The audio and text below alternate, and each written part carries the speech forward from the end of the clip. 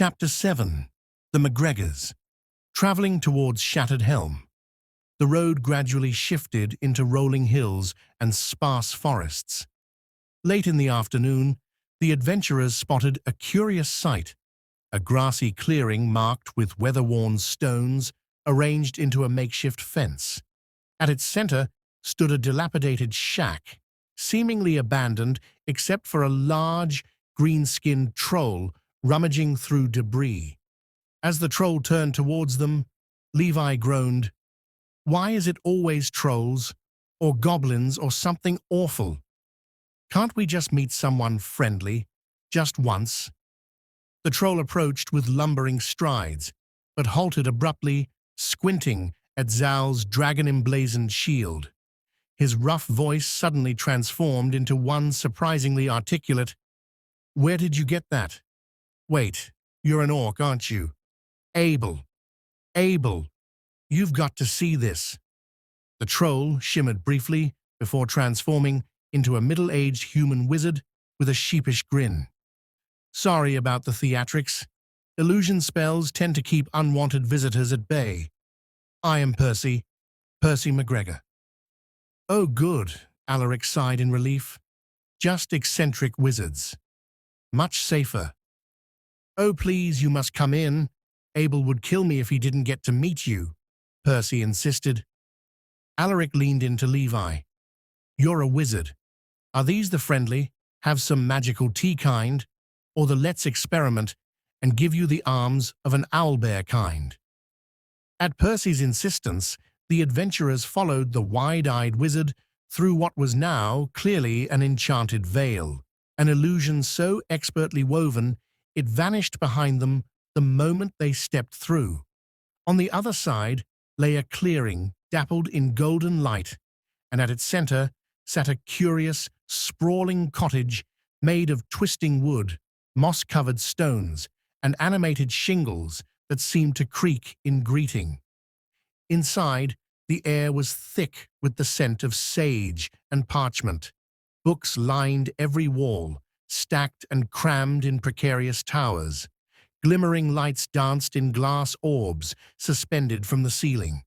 The whole place thrummed with quiet, arcane energy. They were met by a man who stood with the posture of someone once powerful and still dignified, even if time had leaned against him a bit. "Abel McGregor," the man said, bowing with a courtly gesture, his long beard cascading down the front of a robe embroidered with shifting constellations. "You've met my son Percy already. And this," he gestured, to a tall, thin man standing quietly nearby, eyes wide and glassy, "is Nathan. Forgive him. He's not speaking at the moment. Had a little incident involving an overly ambitious transmutation spell. We'll sort it eventually. You wouldn't happen to have any moonshade blossom on you, would you?" Alaric leaned in close to Levi and whispered, "These sound like the owlbear arms type." Levi smirked. "We've met your kind before. I'm Levi, this is Alaric, our charming bard, and this mountain here is Zal. That one," he said, gesturing toward the silent man with folded arms, "is Jason, our recent addition from Deep Burrow. Think of him as a chaperone. Keeps us from blowing ourselves up." Abel's eyes lit up at the mention of Deep Burrow, and he was about to speak when something caught his attention. His gaze dropped suddenly to the large shield strapped to Zal's back. "Fascinating," Abel murmured. He turned toward Percy, who returned his father's look with visible excitement. "Zal, was it?" Abel asked, eyes narrowing curiously. "Where do you hail from?" Zal gave a simple nod. "Fought in the Northern War. Haven't been south long." Abel's eyebrows arched, then lowered thoughtfully. "Do you know what you carry on that shield?" Zal blinked. "A dragon?" Abel let out a quiet chuckle. "Yes, but not just any dragon." He took a step closer, his tone deepening. "Do you not know of the Dragon Templars?" The group looked at one another, faces painted with varying shades of confusion. Abel nodded solemnly. I thought not. And what of the dragons themselves? You know what became of them? Still silence. Then you must sit, he said firmly, gesturing to an intricately carved table, shaped from a single piece of living wood. This is a tale worth telling. He raised a hand and muttered a gentle incantation. Ornate chairs scooted out from the table with a soft creak, and steam began to curl from empty cups as porcelain teacups appeared before each adventurer. The aroma of spice leaf and honey wafted upward.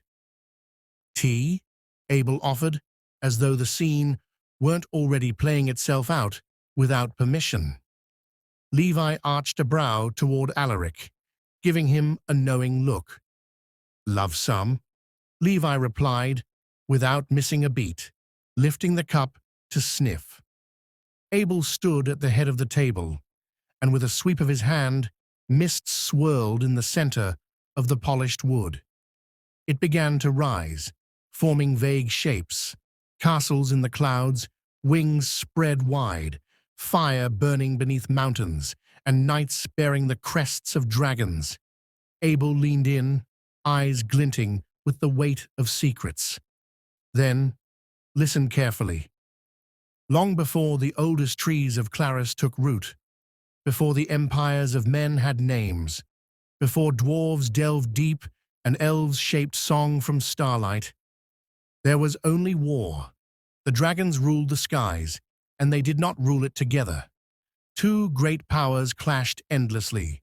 The gleaming noble metallic dragons, blessed by Bahamut, god of justice and wisdom, and the venomous, tyrannical, chromatic dragons, champions of Tiamat, five-headed goddess of ruin and greed.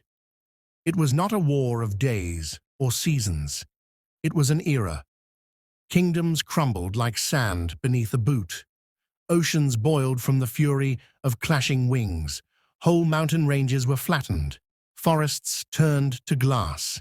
And still, the dragons warred. The lesser races of Claris, caught between fang and flame, could not remain idle. Those drawn to ambition and cruelty pledged themselves to Tiamat and her chromatics, sorcerers, warlords, cultists, and kings, who longed to bask in draconic power. But others, those who loved the land, who knew the value of peace hard-earned, threw their lot in with Bahamut. To arm them, Bahamut chose a small few, mortals of heart and will unshakable. To them, he gave his blessing, and they became the Dragon Templars. These were no ordinary warriors. They bore lances that pierced dragon hide, shields that deflected breath as if it were wind. They rode griffins, rocks, and even the lesser metallics themselves. And they fought not for glory, but for balance. But even the brightest flame can be overwhelmed by shadow. The chromatic tide rose. One by one, the noble metallics were hunted, their numbers dwindling beneath sheer force and treachery. Cities fell. Sky turned red with fire and blood. Tiamat's voice echoed louder with each conquest. Bahamut saw the end coming. He would not allow it. In his final act, he sought out 5 of the greatest spellcasters in the world, those whose names have long since been swallowed by time. He called them the Tinakor Shiathach, the Dragon Protectors. What exactly they did has been blurred by the centuries. Some say they built great machines of arcane power. Others claim they performed a ritual so potent it cracked the boundary between realms. Most agree on this. 5 chromatic dragons, the mightiest of their kind, were hunted and perhaps captured, and from their essence came 5 wards. Each ward held the power to bind dragonkind. And when the final ritual was performed, all dragons slept. Every chromatic, every metallic in this plane. It was not death. Not exile, it was hibernation, a deep slumber cast across every dragon in Claris, no matter their power, their age, or their alignment. Their forms turned to stone, or vanished into caverns, or dissolved into clouds that circled high peaks. Where they rest now, few know. But the air above Claris has been still ever since.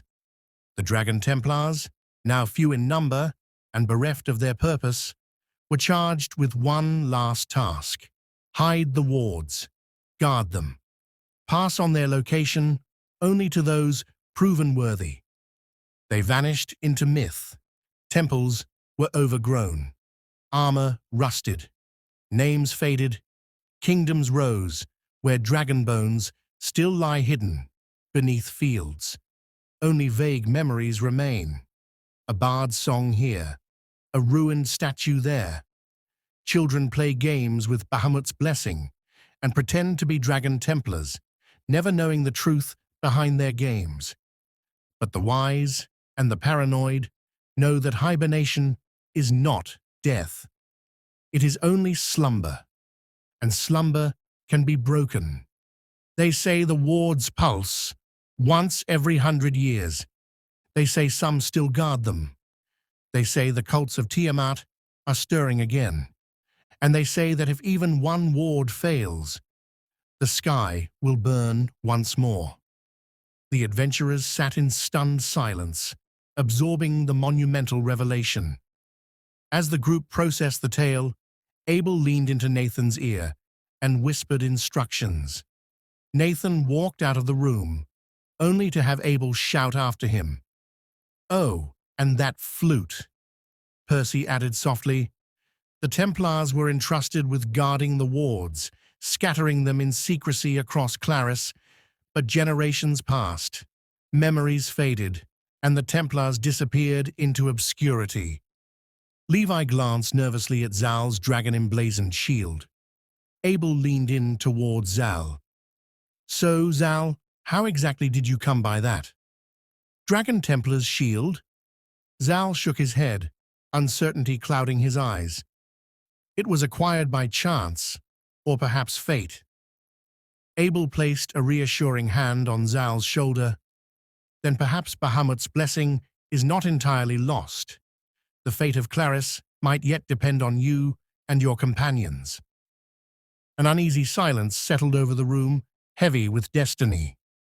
Nathan came back in the room with various items in his arms. Percy broke the tension with a bright smile. "Enough gloom. Before you rest, you will stay the night, of course," he said, without waiting for an answer.